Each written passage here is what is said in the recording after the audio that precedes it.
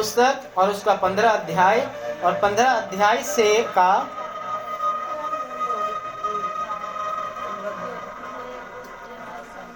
22 से पढ़े। वचन ध्यान से सुनेंगे। उस प्रदेश से एक कनानी स्त्री निकली और चिल्लाकर कहने लगी, हे प्रभु दाऊद की संतान, मुझ पर दया कर, मेरी बेटी को दुष्ट आत्मा बहुत सता रहा है। पर उसने उसे कुछ उत्तर न दिया। तब उसके चेलों ने आकर उससे विनती की, इसे विदा कर, क्योंकि वह हमारे पीछे चिल्लाती हुई आ रही है। उसने उत्तर दिया, इज़राइल के घराने की खोई हुई भेड़ों को छोड़ मैं किसी के पास नहीं भेजा गया। पर वह आई और यीशु को प्रणाम करके कहने लगी, हे प्रभु मेरी सहायता कर। उसने उत्तर दिया, लड़कों की रोटी लेकर कुत्तों के आगे डालना अच्छा नहीं। उसने कहा, सत्य है प्रभु, पर कुत्ते भी वे चूर चाट खाते हैं जो उसके स्वामियों की मेज से गिरते हैं। इस पर यीशु ने उसको उत्तर दिया, हे स्त्री, तेरा विश्वास बड़ा है, जैसा तू चाहती है तेरे लिए वैसा ही हो। और उसकी बेटी उसी घड़ी से चंगी हो गई। हालेलुया, प्रभु का धन्यवाद। एक स्त्री, कनानी स्त्री, एक जगह का नाम है और वो देश का नाम है, कनान देश का नाम है। वहां से एक स्त्री आई और उस स्त्री के एक बेटी थी जिसे एक बीमारी था। बीमारी क्या था पता आपको? दुष्ट आत्मा। समझते हो? ऊपरी चक्कर समझते हो? हाँ कि ना? हाँ। उस बेटी, छोटी सी लड़की, और उस बेटी के ऊपरी चक्कर था और ऊपरी चक्कर उसे पकड़ के रखा हुआ था। उसे पकड़ के रखा हुआ तो वो स्त्री को पता था कि यीशु मसीह एक परमेश्वर है जो मुझसे मेरी बेटी को इस परिस्थिति से आजाद कर सकता और दुनिया में कोई भी नहीं है। उन्होंने सुना था। वो स्त्री क्या की थी?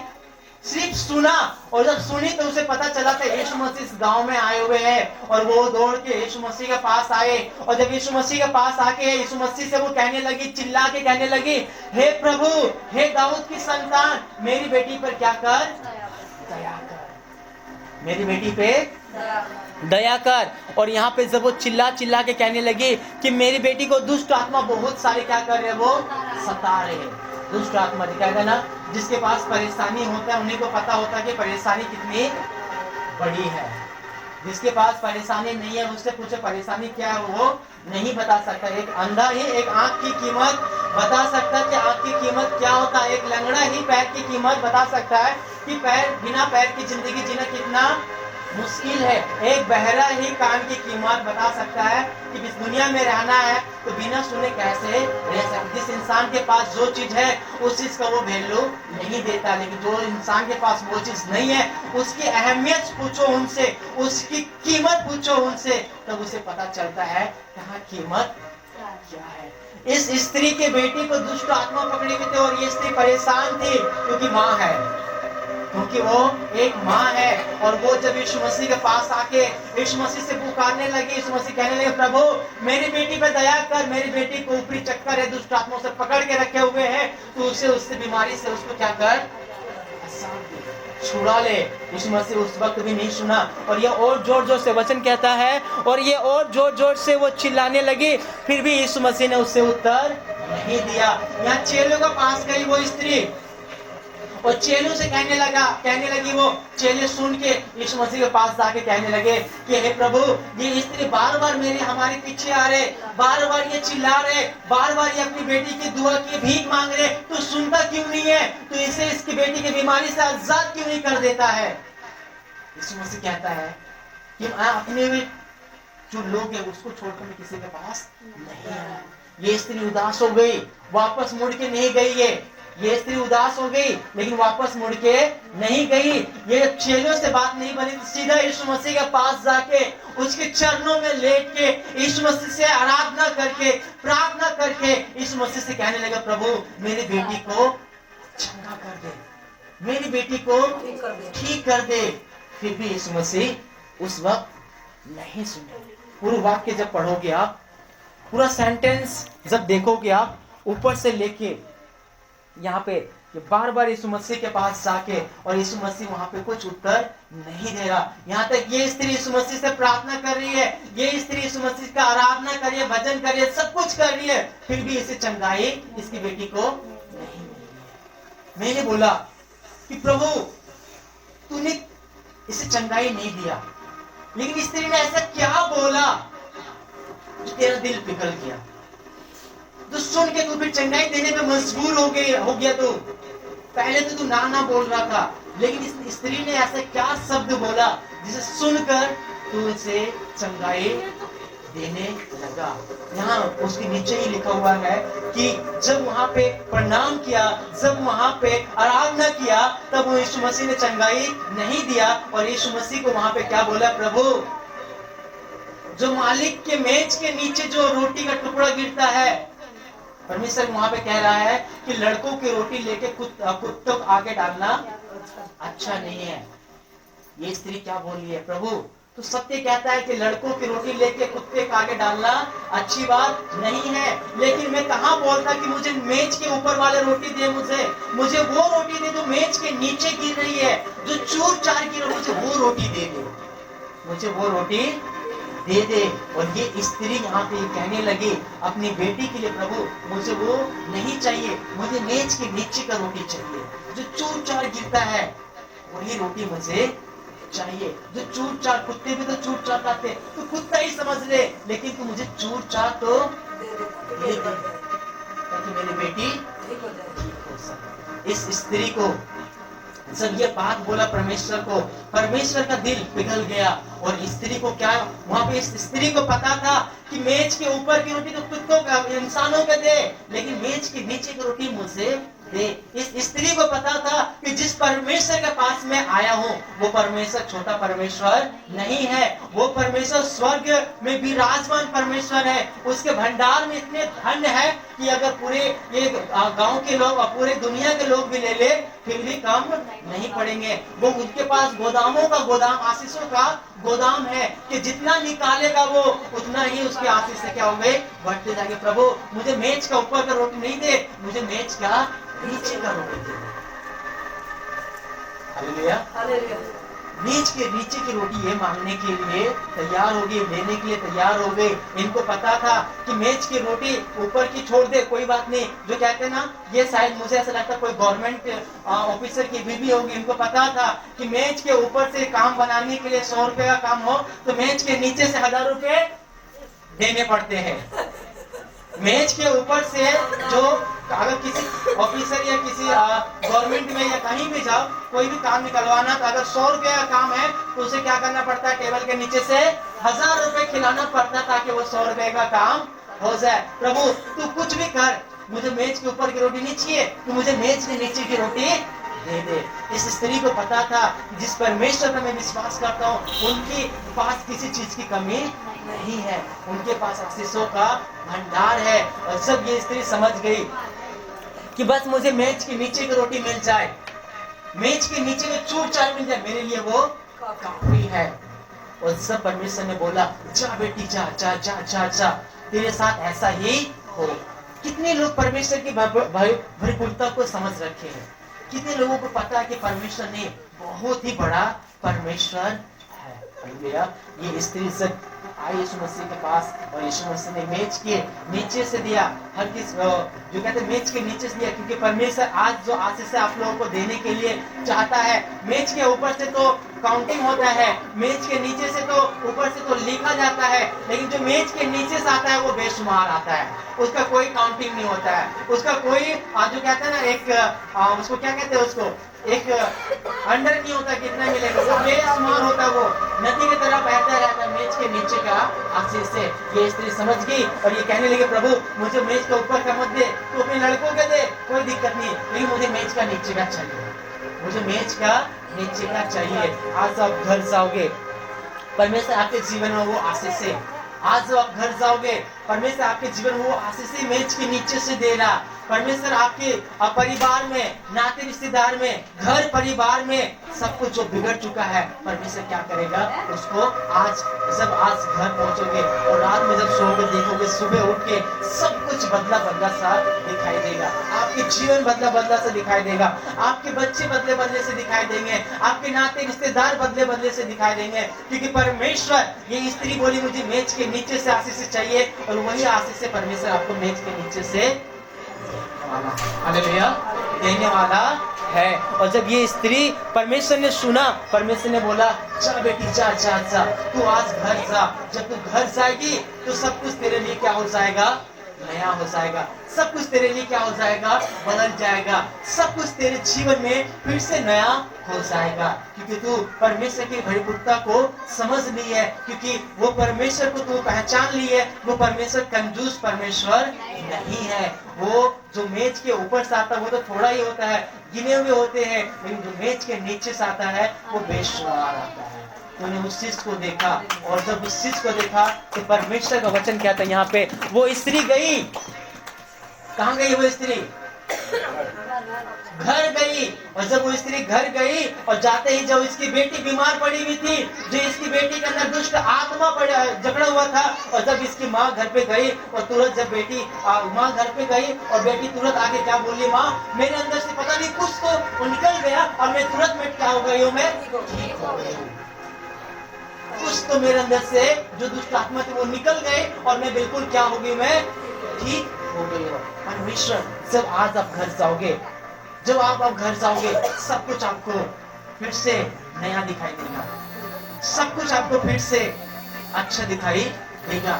सब कुछ जो बिगड़ चुका है वो सब कुछ आपको बना हुआ दिखाई देगा। इस स्त्री को, क्या इस बच्चे को पता था, जब ये स्त्री, जब ये लड़की अपनी माँ से बोली माँ मेरे अंदर से वो चीजें निकल के मैं ठीक हो गई, और माँ बेचारी चुपचाप वहाँ पे सुनती नहीं। माँ ये नहीं बोली होगी, बेटी मैं तेरे लिए यीशु मसीह के सामने अपनी नाक में लगड़ के आया हूँ, यीशु मसीह के सामने अपनी चरण झुका के आया हूँ, ताकि तू क्या हो जाए, ठीक हो जाए। माँ अपनी बेटी को बोली नहीं होगी। हालेलुया। ये स्त्री सब वहां पे गई। होता क्या है कि आज कुछ बच्चे माँ को समझ नहीं पाते। यीशु मसीह के पास कौन गई थी, माँ। बेटी कहाँ थी, घर पे। प्रार्थना कराने के लिए कौन गई थी यीशु मसीह के पास, माँ गई थी। किसके लिए, बेटी के लिए। चंगाई कहाँ दिया यीशु मसीह ने, माँ कहाँ गई थी, चर्च में। और चंगाई कहाँ मिल रही है, घर में। बेटी को पता भी नहीं है कि बेटी मेरी माँ मेरे लिए क्या क्या कर रही है, बेटी को पता भी नहीं है मेरी माँ मेरे लिए कहाँ कहाँ भटक रही है। आजकल बच्चे माँ बाप को समझ नहीं पा रहे, उनको ये पता नहीं कि माँ बाप अपने सपनों के लिए अपना कुर्बानी दिया, ताकि कुछ अपने का जीवन बदल पाए। अपने सपनों को उन्हें कुर्बानी दिया ताकि बच्चे का जीवन बदल पाए, और बच्चे को पता भी नहीं चलता, बच्चे को पता भी नहीं चलता। आज जो ऊपर से आशीष से गिर रही है वो ऐसे नहीं गिर जा रही है आशीष से। कोई तो सुबह उठ के परमेश्वर के सामने मत्था टेक के आपके लिए दुआ कर रहा है, तब जाके वो परमेश्वर से आशीष से आपको वो मिल रहा। कोई तो सुबह उठ के आपके लिए मत्था वहाँ पे नाक लगड़ रहा, जिसके लिए आपकी जिंदगी बदल रही है। कोई तो सुबह उठ के परमेश्वर के सामने अपने आंसुओं को बहा रहा है, ताकि आपकी जिंदगी संवर पाए। ये माँ अपनी बेटी के लिए यीशु मसीह के सामने मत्था टेक के नाक घिस के सब कुछ करे, और बेटी को पता भी नहीं। आजकल बच्चे समझ नहीं पाते माँ को, कि माँ बच्चों के लिए इतना कुछ करता है, और वही बच्चा लास्ट में कहता है कि तूने मेरे लिए क्या किया। वो भूल गई, वो स्त्री की बेटी वो भूल गई थी कि मेरी माँ वहां पे जाके मत्था टेका है, जिसकी वजह से मैं आज जिंदा हूँ। आज जो आशीष से मिल रहे वो ऐसे हम सोचते ऊपर से आशीष से गिर जा रहे। नहीं, कोई तो सुबह उठ के आपके लिए जो दुआ कर रहा है, जिसकी वजह से आपके घर, आपका परिवार, आपके नाते रिश्तेदार में सब कुछ बढ़िया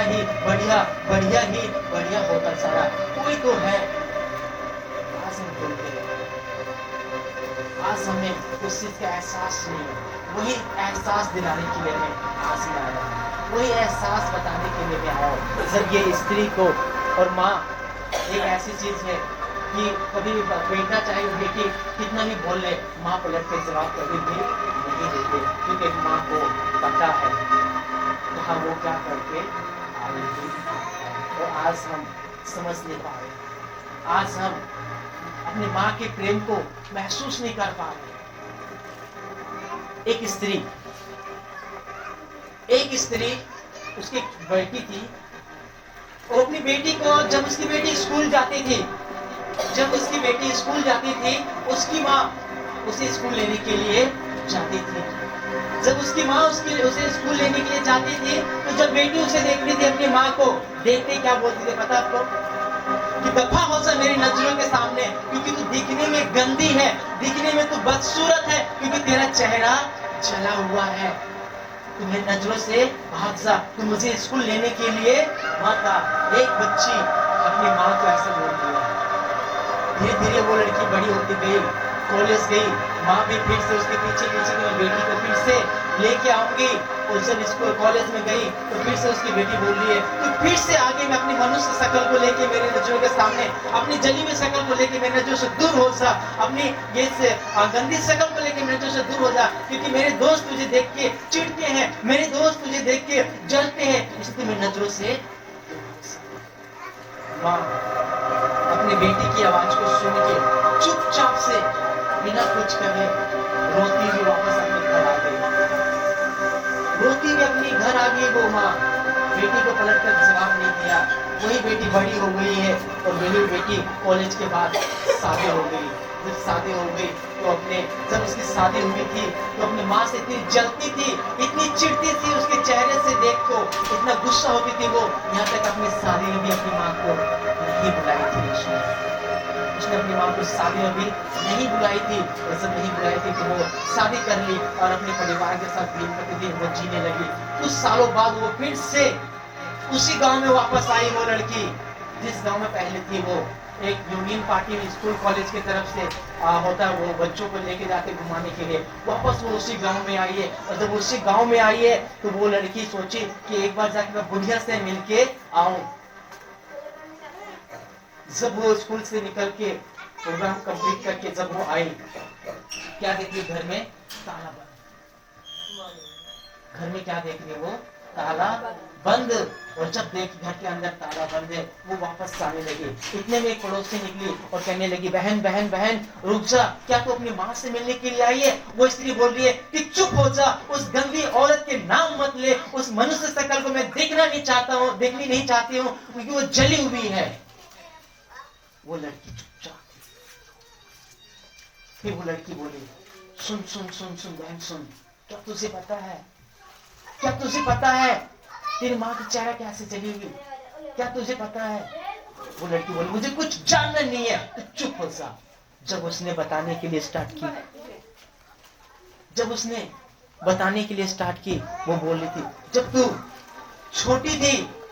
तू छोटी थी और तेरे घर में आग लग गया था और तेरी माँ घर पे नहीं थी, तेरी माँ बाहर थी, और जब वो बाहर से घर आई तो क्या देख रही है? घर के अंदर आग लगा हुआ है। और वो जब घर के अंदर आग लगा हुआ देखे, वो कुछ नहीं सोची, उसे कुछ दिखाई नहीं दिया, सिर्फ तुझे वो याद करते हुए घर के अंदर चली गई और तुझे देख रही तो वो जलते हुए उसने अपने बाहों में तुझे ले लिया और तुझे लेके वो बाहर निकाल दिया। आज तेरी माँ जो जली हुई है वो इसीलिए जली ताकि तू खूबसूरत दिख सके। आज तो जो खूबसूरत की बात करती है वो तेरी माँ के द्वारा मिली है। अगर तेरी माँ उस टाइम नहीं जलती तो आज तो खूबसूरत नहीं होती। हम माँ को समझ नहीं पाते हैं, और माँ को हम भला तो नहीं, बुरा ज्यादा ही हम बोलते हैं कि मुझे बोल रही है, मुझे ताना मार रही है, मुझे सिखा रही है। जब उसे पता चला उस वक्त कि आज जो मैं अपने चेहरे पे गुमान करती हूँ, कोई तो उसकी माँ ने अपने सपनों को, अपने आप को जलाया ताकि उसके बच्चे अच्छे देख पाए। ये बात समझ में आता है। किसी के सपने जले तभी जाके अपनों की जिंदगियां अच्छी हुई है। ऐसी जिंदगी अच्छी नहीं हुई। आज जो यहाँ पे बैठे हुए ऐसे नहीं बैठे हुए, किसी के कुर्बानी कि किसी ने कोई ना कोई तो कुर्बानी दिया जो आज यहाँ पे आज हालेलुया। ये स्त्री जो लड़की बीमार पड़ी हुई थी दुष्ट आत्माओं में, उसे पता तक भी नहीं चला कि मेरे लिए मेरी माँ कितना कुछ कर रही है, और यही बाद में अपने बड़ी जब हो जाते तो माँ को उल्टा सीधा बोलने लगते। और सब यीशु मसीह वहां पे देखा, तभी यीशु मसीह ने कहा कि हे स्त्री जा, तेरा विश्वास बड़ा है, तेरा विश्वास बड़ा है, जैसा तू चाहती है वैसा ही तेरे साथ हो।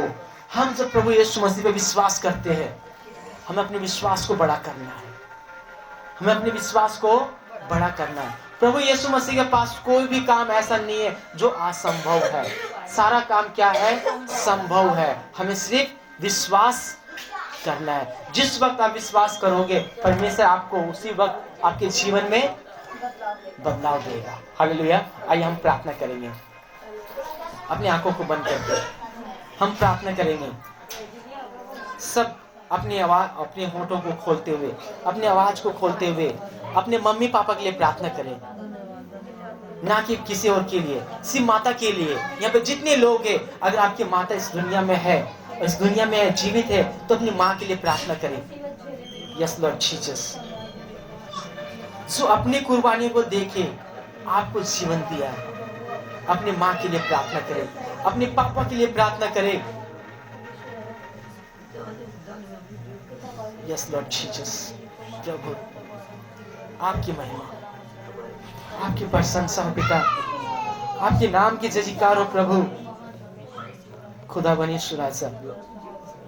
Yes Lord Jesus, hallelujah. प्रभु धन्यवाद करते खुदा बन प्रभु, वो माँ क्या माँ है प्रभु, जो अपने बच्चे के लिए इतना झुक सकती है प्रभु। धन्यवाद पिता परमेश्वर, प्रभु यीशु राजा, धन्यवाद करते राजा। सब लोग प्रार्थना करें अपनी माँ के लिए, अपनी माँ के लिए प्रार्थना करें प्रभु, पापा के लिए प्रार्थना करें अगर है तो, बच्चों के लिए नहीं बल्कि सिर्फ अपनी माँ के लिए। जो बच्चे हैं वो अपनी माँ के लिए प्रार्थना करें, अपनी पापा के लिए प्रार्थना करें। प्रभु तूने इतना अच्छा मेरे माँ बाप दिया, आज मैं इस घर में पैदा नहीं होता तो ना जाने कहाँ होता, कैसी जिंदगी जीता। धन्यवाद करते सुरासा, आपकी महिमा की प्रशंसा प्रभु। धन्यवाद करते सुरासा, आपके नाम के जयकार हो। यस लॉर्ड जीसस, अपने पास्टरों के लिए प्रार्थना करें जो अपने सब कुछ छोड़ के आपके लिए जीता है, उनके लिए प्रार्थना करें।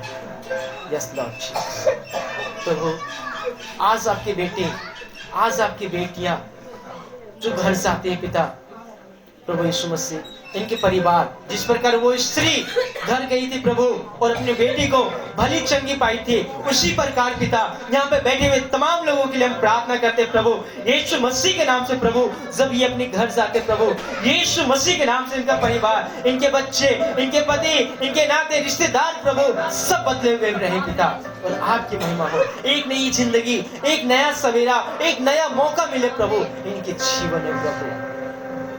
तो सब कुछ करने वाला ईश्वर से धन्यवाद करते, ईश्वर से धन्यवाद करते पिता, प्रार्थना को सुनने के लिए।